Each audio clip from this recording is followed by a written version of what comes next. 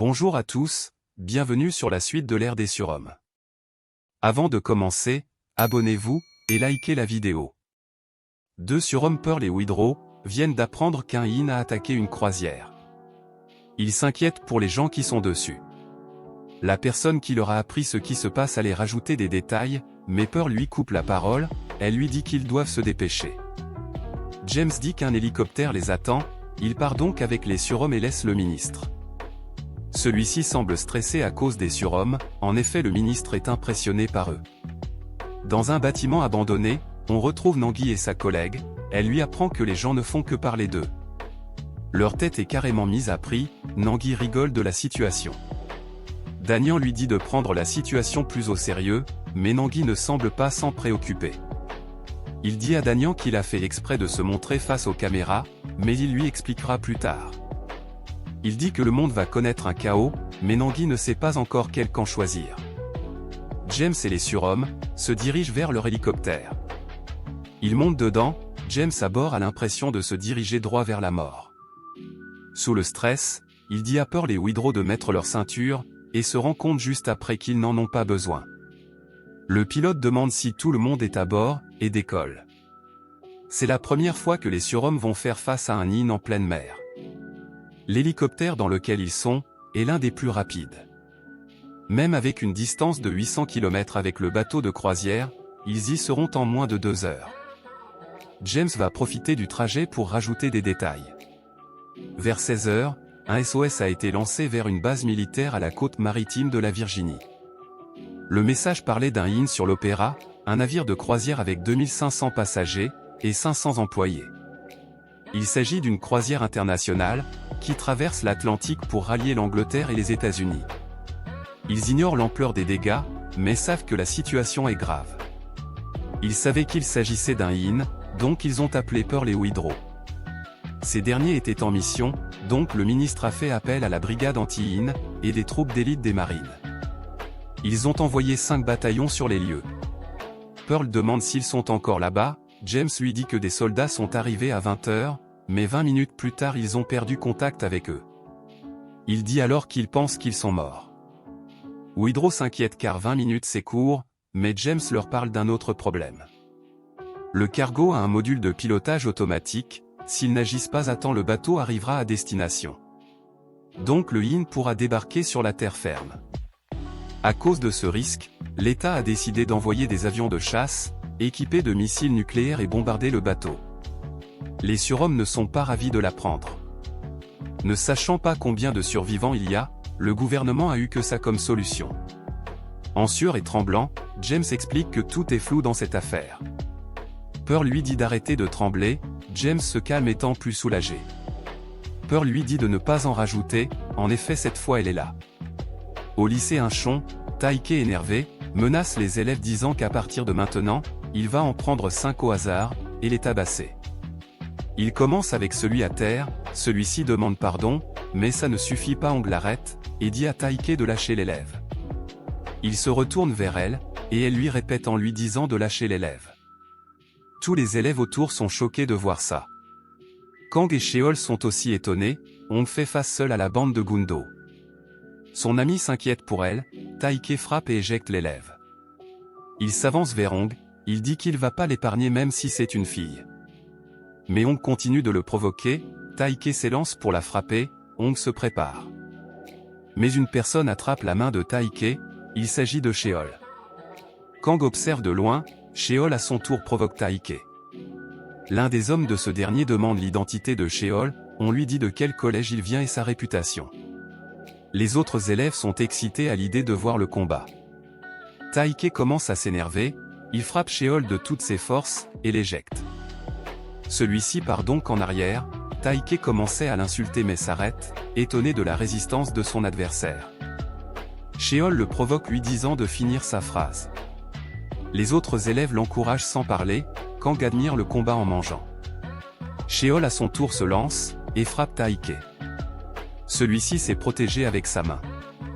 Sheol se relance avec un coup de poing, Kang et Ong sont étonnés de la situation, Taike reçoit le coup en pleine face. Sheol ne compte pas s'arrêter, les hommes de Taike commencent à s'inquiéter. Celui-ci s'arrête à l'aide de son pied, il saigne de la bouche. Sheol semble étonné, son adversaire le prend plus au sérieux. Il compte alors se battre à fond. Sheol est étonné que son coup n'ait pas fait plus de dégâts. Soudain une personne les arrête, Hong Sheol et Taike regardent vers cette personne. Il s'agit d'un autre membre de la bande de Gundo, Gunmu alias le Radis, il est là avec ses hommes. Taike lui dit de ne pas s'en mêler, le Radis lui dit de se calmer car le principal arrive. Un des élèves le reconnaît, mais pas son ami. Il lui explique alors que le Radis est le troisième commandant de Gundo. Il dit donc à Taike de se calmer, et ce dernier dit que la prochaine fois, il boira le sang de Sheol. Le Radis parle à Sheol, il lui dit qu'il est allé trop loin. Celui-ci l'écoute, le Radis le menace, et lui dit qu'ils se reverront. Sheol a bien compris qu'il s'est mis à dos. Les autres élèves ont peur de la bande de Gundo, mais n'osent pas se plaindre. Kang lui a fini de manger, il rôde comme un porc. Les autres l'ont remarqué, mais font comme si de rien n'était. De leur côté, Pearl et Widrow sont arrivés. Sur le bateau la situation semble calme. Pearl dit à James d'ouvrir la porte, celui-ci lui dit qu'ils sont trop hauts. Mais Pearl insiste, James leur donne des oreillettes pour rester en contact. James leur dit qu'il les assistera pendant la mission. Les surhommes se préparent donc à partir. Avant de partir, Pearl dit à James de dire à ses supérieurs d'annuler les bombardements, car elle est là. James lui dit qu'il le fera après leur départ. Il leur souhaite bonne chance, Pearl et Widrow sautent dans le vide. Ils descendent à toute vitesse, et atterrissent sur le bateau. Dès leur arrivée, ils constatent les dégâts.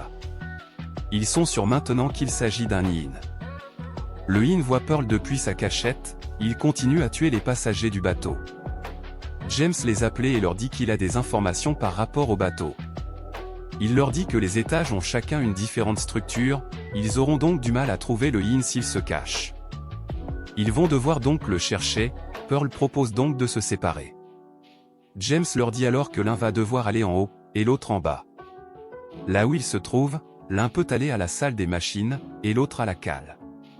L'un va donc commencer du haut vers le bas, et l'autre le contraire. James leur dit de sauver les civils, et tuer le Yin. James s'inquiète du fait de se séparer, car ensemble ils ont plus de chances de tuer le Yin. Pearl propose de commencer, Widrow dit prendre les étages supérieurs. Pearl commence donc au sous-sol. Elle dit à Widrow de la prévenir en voyant le Yin, elle saute hors du navire. En descendant, elle se prépare à frapper, donne un coup de poing au bateau pour s'accrocher.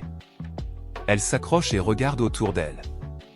Elle voit un grand trou, elle s'élance, les pieds en avant, et rentre en faisant sa propre entrée. Une fois dedans, elle regarde devant elle, et voit des cartons dans la salle où elle est.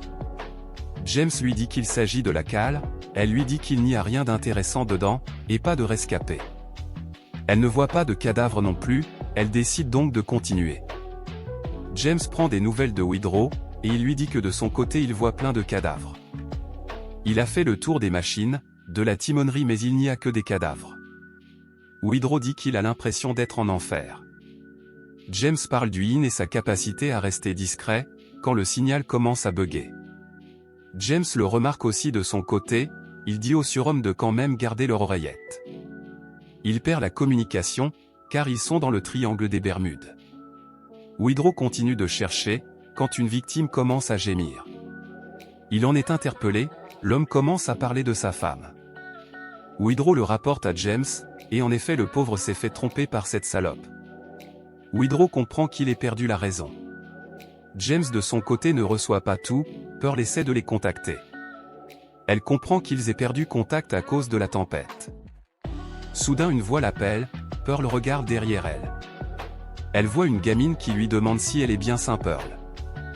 Elle lui demande aussi si elle est venue les sauver, Pearl lui dit oui, et lui dit aussi de ne pas l'appeler madame.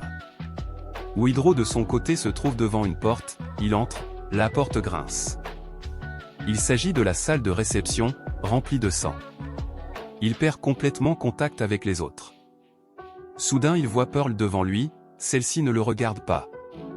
Il l'appelle, elle reste un instant, et se retourne. Widrow s'étonne qu'elle soit déjà là. Pearl commence à parler, mais elle fait un bruit de Yin, et commence à montrer son vrai visage. Elle s'élance vers Widrow, et le mord. Ce dernier sent la douleur, il commence à saigner.